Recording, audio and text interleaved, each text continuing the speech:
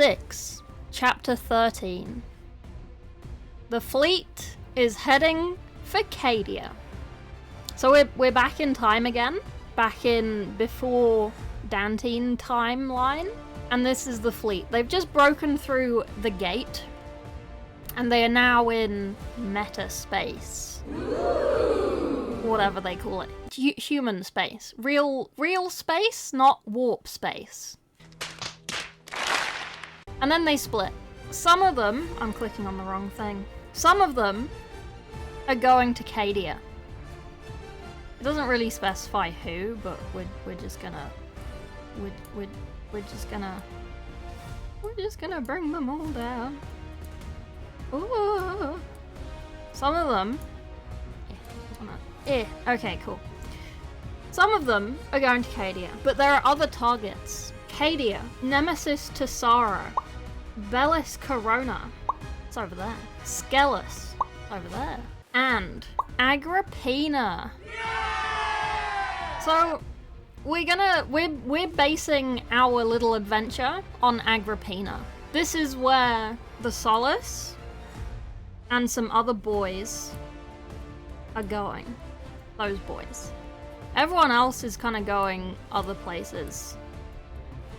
Don't really know where, it doesn't really specify. But they're all just sort of going places, right? I'm going to assume they've gone in pairs. I'm not sure. They might not know what a pear is, only apples. But you never know. So, we get a little bit of exposition with Agrippina. Also, I don't know if it's actually pronounced Agrippina, it's just how I've been saying it in my head the whole time. As with like every other name in this book, I'm just pronouncing it how I'm reading it. So I think it's pronounced Agrippina. So we're going with Agrippina. And it gives us some exposition about how babies are made, if you know what I mean. The augmentics start from the birth pods. This is the birth pods. It's babies in pods. And then we're gonna zoom into one of them. The augmentics start from the birth pods. Infants are yanked from gurgling metal wombs. I thought they were yanked by their head. It actually doesn't say that. I just can't read apparently. But the babies are yanked from these metal pods. So this is baby. He has been yanked out of a metal pod. Their heads are branded and their blood is drawn. Every scrap of flesh is shaped and shaped and wired and clamped down. Their lungs are made able to process the atmospheric poisons, and their eyes capable of withstanding the flares from the forges, and their fear centers are tugged out, and their endocrine systems are tailored for whatever drone function Agrippina demands of them. Obedience, aggression, endurance. Yeah, he's gonna be a pod racer when he grows up. So Agrippina has basically been under constant attack because it's the biggest forge world near Cadia, which is near the warp gate. That eye thing that they broke through. The eye gate. Gate, what's it called?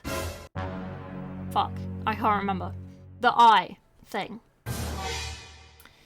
So it's always under attack. It's had plagues, it's had zombies, it's had rogue tech priests, and it's survived. But now the Eye of Terror is broken.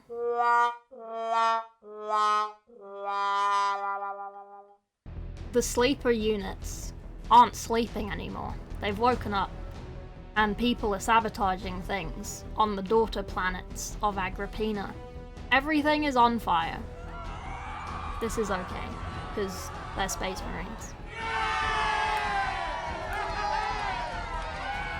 This is Agrippina. Look at this little guy. Look at this little guy. Oh my god. He is standing. You'll find that a lot with the planets in my little story. It is standing. The alarms start to sound. He's under attack. The Solace has arrived. The Solace is flanked by the World Eaters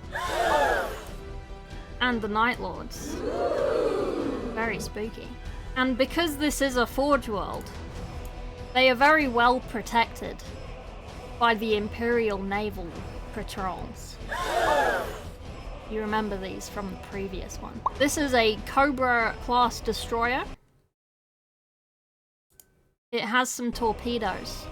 The Solace is leading and gets hit. Boom. Boom. And then Vaux is like, fuck that. Poop on him. Ka-cha. And then the Solace keeps going. And oh no. There's a Retributor ship.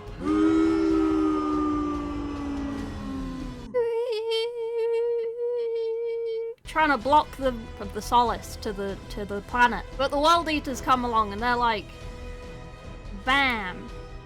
And they crash into the side of it, and now this one's dead too. He just sort of floats away. And the World Eaters are like, yeah! Yeah! And then Vaux, being a good little boy, he's like, hey buds, there's a blip on this sensor. We're gonna go see what it is, cause I have a funny feeling. I've got the tingles in my bones. So this is a mass conveyor.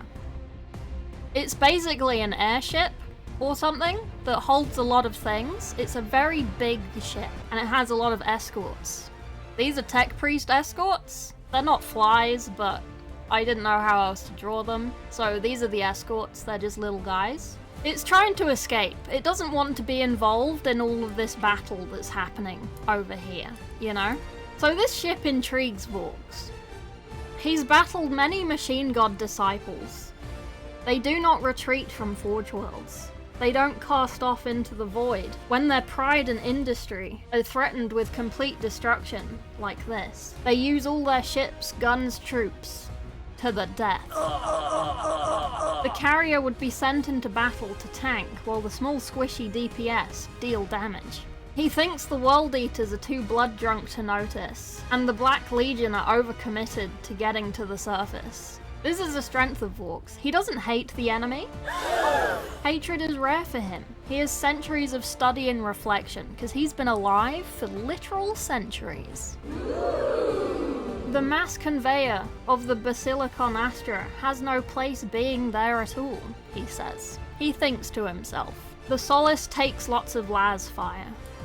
He's having a struggle, but he's going towards that big ship. The World Eaters ram another naval ship trying to block the Solace. You're dead. You can go over there.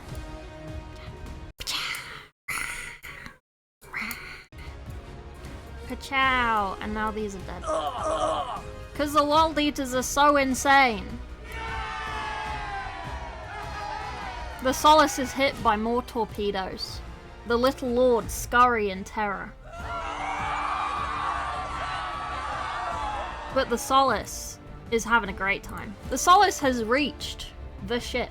It's ignoring everything else. He's like, just ignore them. Like, they're shooting us, but that's not our issue. The World Eaters can deal with them, because they like blood. We're just gonna keep going, because we're big boys. So the Solace has some little las beams, and the Solace is shooting the ship. And it's not really doing much. So he shoots a special las beam that's kind of like that big death ray thing from Star Wars. And he shoots the ship and it makes a bit of damage. And he's like, oh, there's something in there. I can tell. And then he shoots it again. Oh, what's that? What is in this ship? He says. And then he says, fire at will. So they do, and they shoot everything at Will, and then Will dies. He's dead now. So then they can keep shooting the ship because Will is dead.